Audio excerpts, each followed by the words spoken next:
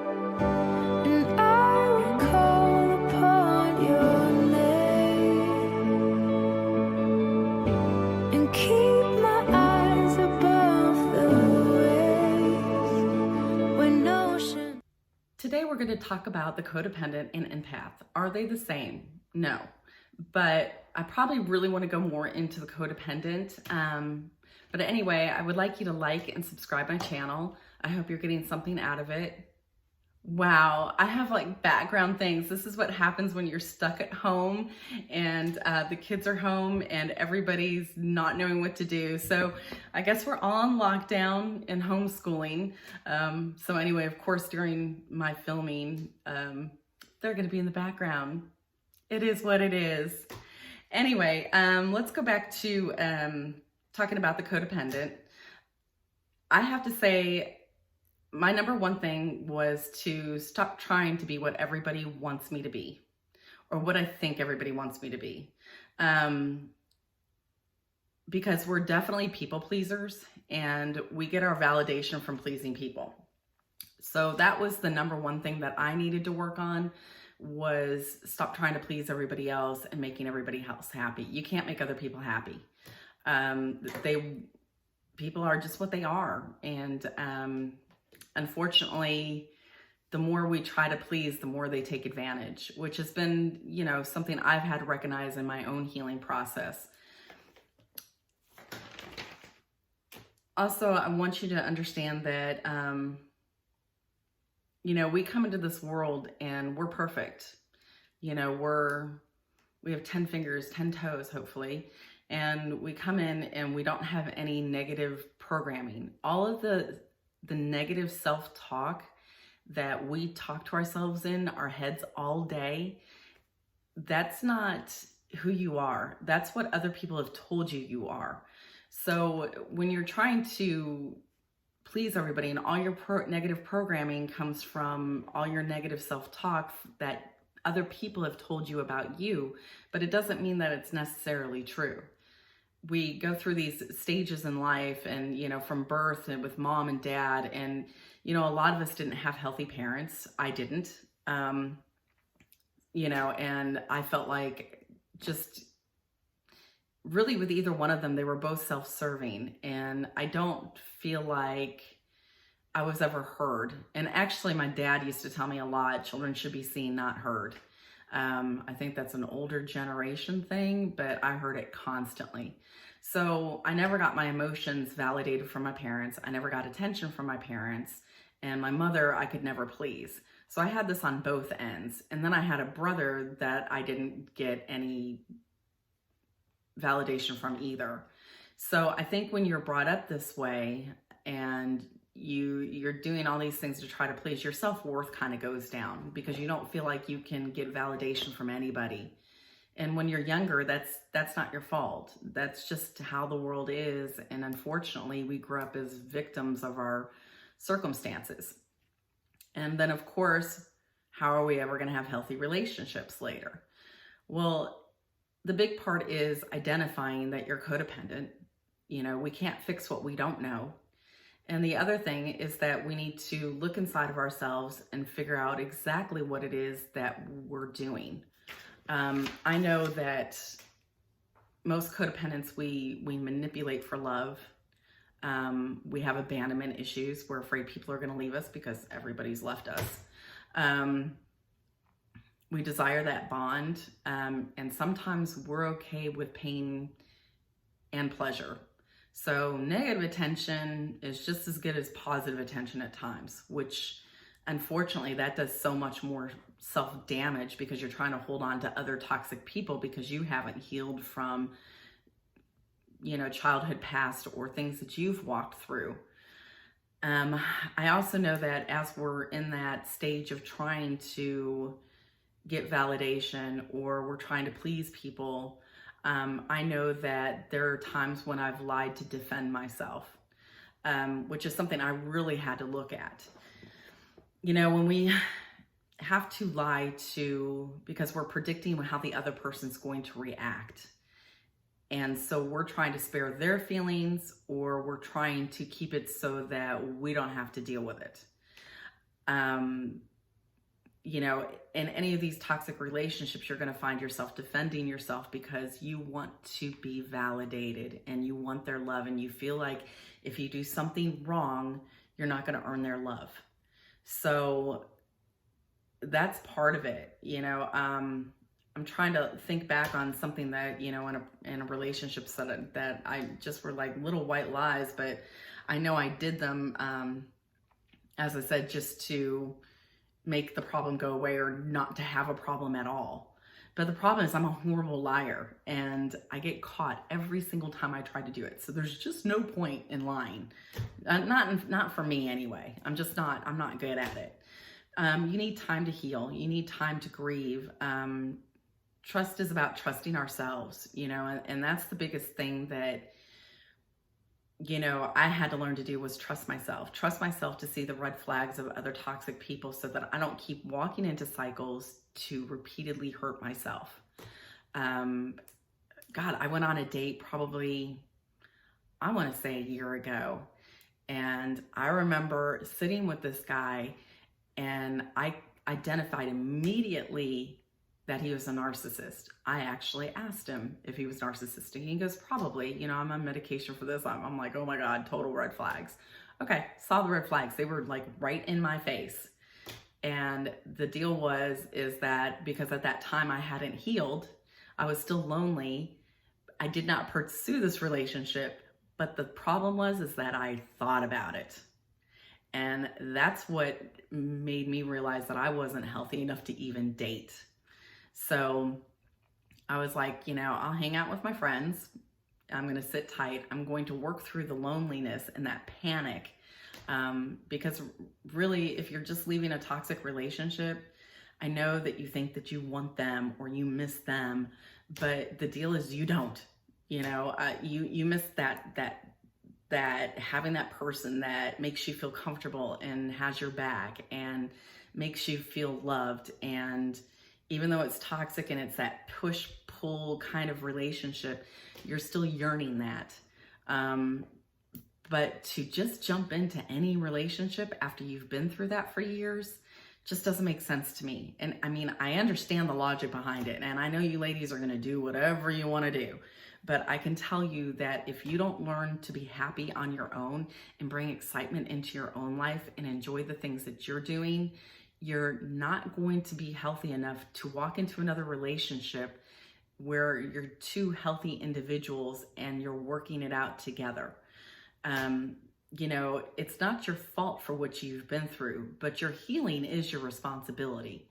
So, you know, keep walking through this is not healthy for them. It's not healthy for you. And you need to take a step back and try to work on the individual things that you need to work on before you start snowplowing into another thing and bringing your kids into another thing. And, you know, those patterns just will constantly repeat until you figure out, you know, all these things of why you do what you do. And I had to start making a list of the things that I felt that I could take responsibility for in my previous narcissistic relationships. And I knew what they were. You know, my biggest problem is I gave too much too soon. So when I thought that I found my soulmate or my perfect mate or what I thought I could build into my perfect mate, I poured so much into them. I poured into their lives. I tried to make their lives easier. Tried to make sure that I took all the responsibilities of everything. I didn't delegate anything. I would be like, no, I got this. You know what? You need time off of work. You need me to pick up your kids. I'll go pick up your kids. I'll make you dinner. I'll clean that. I'll come over and do your laundry. I mean, I did all these things to show this person that I was worthy of their love. And until you can figure out how to be an individual, and I guess that's like the scary word. Can you be an individual yet? Are you ready to be an individual? Do you like yourself? You know, those are the things that need to be looked at this point. The other thing is that we get offended easily. We get our feelings hurt extremely easily. And that's another flag that you haven't healed from previous things. I know that I would get tears in my eyes from if my ex would say I didn't empty the dishwasher properly, I didn't clean the bathroom properly, and or I cooked something and it didn't turn out the way that it was supposed to turn out. These things I took to heart, and I had to look at why. And part of that is again, it comes back from my childhood and my parents. And whenever my mom had cleaning day, she would slam things around the house, and it was like a major ordeal. And so I was abused with cleaning most of my childhood. So the whole cleaning thing is a big deal to me. And, and I'm to a point now that I can just hire a maid. Like, I don't even understand why I didn't do that before. The little Rombas or Roombas or whatever those little vacuum cleaners are, those are a godsend.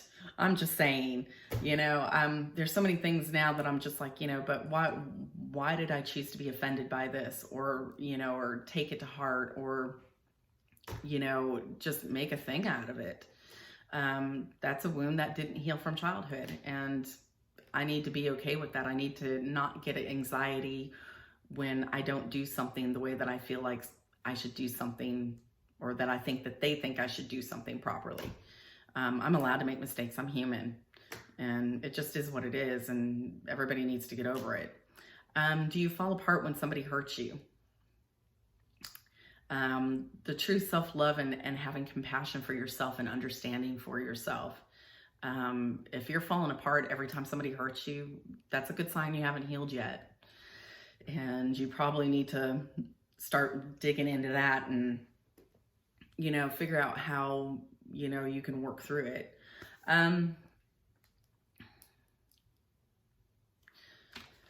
That goes back into negative self-talk. I make a lot of notes, by the way. Just so you know, these videos are very new to me. I've just started doing this, and this is way out of my comfort zone. So I have to make a lot of bullet points and kind of touch on those and kind of go from there. But you need to, from the shame, I know that we carry a lot of shame and embarrassment from things that we've allowed to happen to us. There is just so much to do with self-healing, but I promise if you start looking on the inside of you and start just thinking about the things that makes you happy and the things that you enjoy, and building the things that you need to build within yourself, like whether it be a new job, whether it be, making videos. I mean, that was kind of, as I said, this is something that I've wanted to do for a long time. I just, one, haven't had the time to do it. And two, again, it's not really in my comfort zone to do this. I'm kind of a little bit of camera shy. I'm definitely have stage fright. So these are things that I'm going to be working on in the next couple years to see if I can start public speaking and working through some of these things within me that are just out of my comfort zone. I want you to know that you're worthy of love. I think that's another thing that all of us are, like, as I said, when I said that in the beginning of my relationships, I just poured myself into them.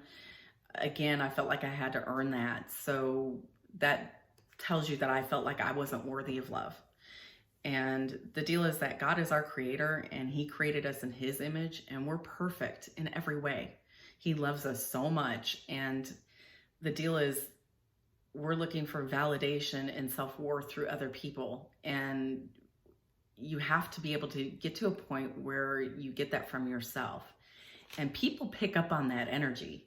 That's another scary thing. So if you're walking around the world and you're broken and hurt, people pick up on that. And especially a narcissist, they're going to pick up on that, and they're going to know right away that you have a good heart and you wear your heart on your sleeve, and you're going to do whatever they want you to do, and how bad they treat you, it's not going to matter. They're going to prey on you. They are definite predators.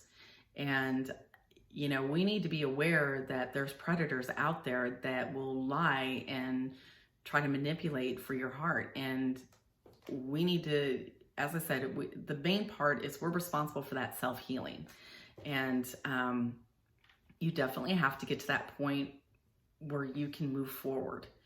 And, I think I've given you some ideas of how to do that. I had to do it a lot through, I'm a Christian, so I had to do that a lot through God. I had to be quiet and be still, and I had to listen from him to give me direction of where I wanted to go. I know that was like the main thing I prayed for, was direction and peace and healing. And I had to get real quiet, and it took me 2 years. I mean, this was not an overnight journey. It wasn't like one day I woke up and went, yes, I'm fixed. It was things that I had to really work on myself and take responsibility for, all the things that I allowed to let happen. And, and I'm not saying self beat you up. I'm not saying like, put more negative thoughts into your mind. I'm not saying that at all. But I am saying you need to look at why you didn't feel worthy enough to walk away in the beginning, and why you didn't, and why you didn't, when you saw the red flags, why didn't you just go, whoa, it's time to go. It's time, I mean, as I said, I can sit here with my ex and tell you the red flags that I sat here and ignored forever. God, just at the beginning of the relationship, when you're in a relationship with somebody and you're a couple months in, and you do talk about your financials. You do talk about things that you're going to do financially. Well, my world was coming to a crashing halt at that time. And my oldest daughter, needed a car. And as my boyfriend, you would think that he would have come to me and said, hey, I'm thinking about selling my car. Can you take over the payments or whatever? And, it might be a nice car for your daughter. It was never discussed. He just sold the car to his brother, which told me he wasn't really even looking at me or my kids or my family. That should have been like number one. Number two is when he quit his job when I needed him. Who does that? He already knew I was down and out. And again, I didn't have the strength at that time to be like, you know what? Yeah, I know you moved in with me, but until you get a job, you need to go to your own place and then come back. I didn't have the strength to do it, even though I knew I needed to do it, and I didn't do it. So those are the things that, I look at. As I said, it's identifying those red flags, and realizing that you're ignoring those red flags because of the fact that you don't want to be alone, or you're scared to be alone, or,